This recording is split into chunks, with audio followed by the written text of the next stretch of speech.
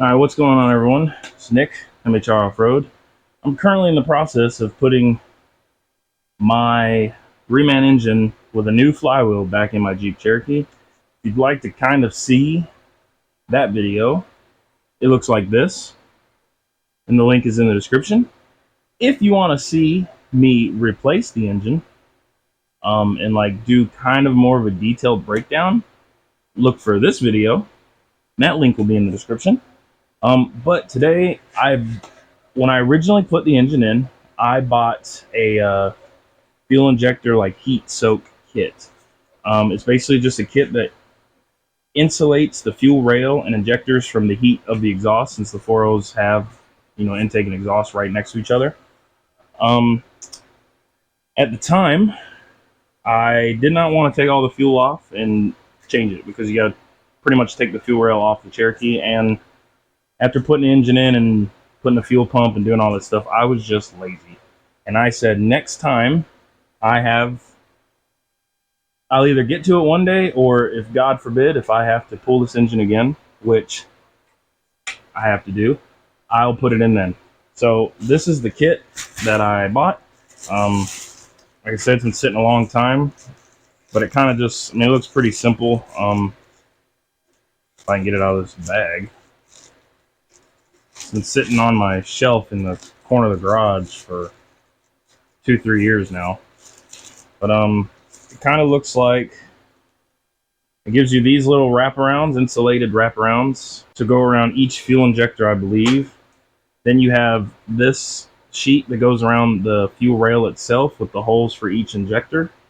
And then I'm assuming this is some type of shield that goes underneath the fuel rail to kind of just help dissipate the heat coming up from the exhaust.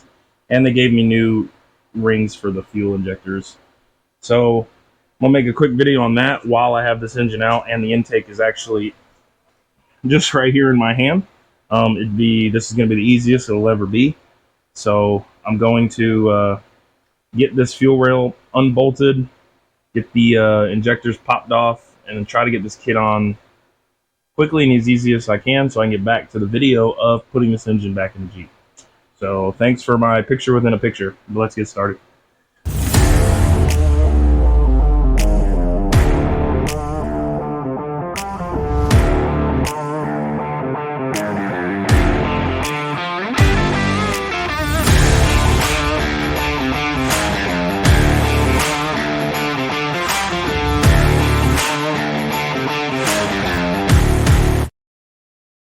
Alright, so first thing is first, we're going to knock off this fuel rail. It appears to be a 10mm bolt. There's 4 of them holding this line on.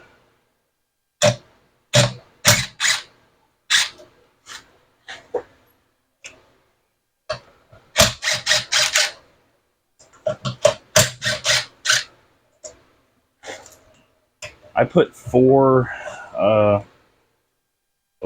4-hole injectors in when I put this engine together.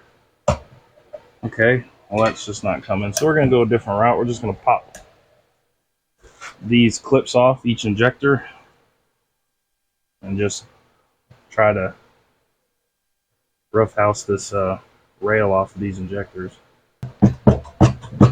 Okay. Okay. I'm not gonna lie to you. That was kind of a pain in the butt. Don't know how to make it focus, but I got the 4-hole fuel injectors kind of help atomize it in the rail better. So I popped this fuel injector out the rail, which each one is gonna have to come out of the rail. All right, so there's the rail with nothing on it. Each O-ring stayed in there because yay me. So I have to pick those out with a pick. The kit comes with new O-rings, so I'll probably just go ahead and replace those for obvious reasons. All right, now you're in a better spot. Kind of like my POV per se. All right, so I think this is gonna have to go on think you're gonna have to kind of work them all on at the same time. So like, but it doesn't make sense because it's just so tight. You know, like how am I supposed to get this in? This one's not that bad, I guess, here. But then, there we go. There we go. Working my way downtown.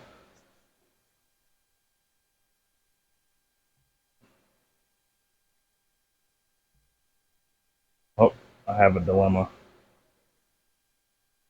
Let's just do that big knocking fuel regulator. Maybe this is for an older kit. Well, I don't know if you know me. I'm a big fan of F it. So let me go get a pair of scissors. All right, so we're gonna do. I'm gonna cut.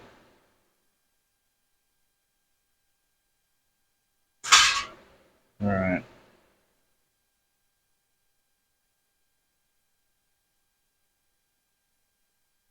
Oh, that was a big stretch for that one. I got my gloves. All right. You know, getting to that point where I don't think it's lining up correctly. But, you know, we in it, buddy. I've already cut it, and I've owned it for 3 years. It's going on, dag nabbit. Whether it wants to or not. You think I bent that fuel rail? See where's bent right there? I wonder if I did that. Nah. It came that way. Alright. You can clearly see why I dislike wearing gloves. Need them for the engine, but I didn't need them for this. I probably should have taken them off for this. Oh my goodness, one more.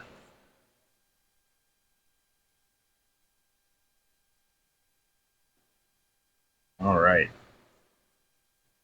Alright, she ain't pretty, you know.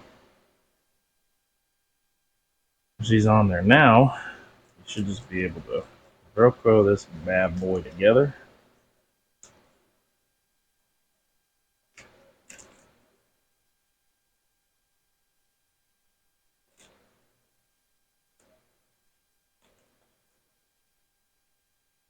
Don't look at this end. This is the end that it all got. It all went down out the window.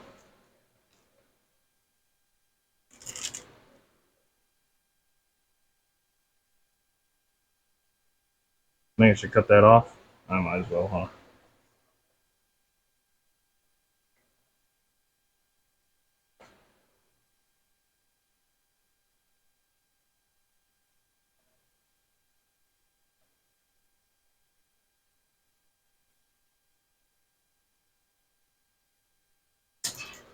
Alright. I don't look terrible. You know, I've seen, I feel like I've seen worse. But fuel's now insulated. Now I'm gonna get these O-rings out and get them pressed back onto the fuel injectors, and then get these fuel injectors put back in and wrapped up. Because they gotta be pressed in there pretty far. This line on the end of the fuel injector needs to be pretty close. That way these clips can fit around and hold that injector in place. So I'm gonna get these popped out and put in here, and then we'll come back. All right, so now with these fuel rails back in, because this is a cast iron intake, you know you want to make sure you torque them down. So the torque specs are, you know, so I don't know if you can hear me, but the torque, like I said, the torque spec is, and then you just want to make sure that you always torque it down to, because that's just where it needs to be. You know, you don't want to over torque them down, so you always want to torque them to that. All right, so these, I believe these just go on here. I'm gonna just put one or two on because I'll show you once it's in there. So I think it just goes around plugging everything like that. That way the plug can still come out. So I'll probably put those back on when the car is all plugged in. This sheathing, whatever you want to call this, it has the cutout for the throttle body bolt right here. So, and it goes, has a cutout around this one. So it goes in here like this. Well, I can get it in there. So it goes in there like this, and how you'll know you got it in there is there's that bolt for the, I believe it's the like throttle body and kickdown cable. It's these two. So what we're gonna do is I'm gonna get it all installed back on the engine and in the car, and then I'll wrap up this video once I have everything buttoned back in. So let's get it on the car. All right, so I got everything hooked back up in the car. I got the engine back in here. So in due time, I got this intake and everything put back in. So I have that sheathing underneath. You pop this off, and then these little sleeves that go around each injector. So to do it in the vehicle, I think you're just going to need to unplug this thermostat temperature, each fuel injector, take the throttle body, the cruise control, and the kickdown cable off. Take it out your way. Probably the intake, just to make it easier, and then get this wiring harness loom up out of the way, and then you should have enough room to get that fuel rail out and actually do it in the vehicle. Like I said, I already had it out because I was working on this engine and I had the engine out of the car, so I just went ahead and did it anyway. If there's any questions or if I did something incorrectly, please tell me in the comments, because that's my favorite thing. I love reading and responding to people's comments, good and bad. I find it amusing.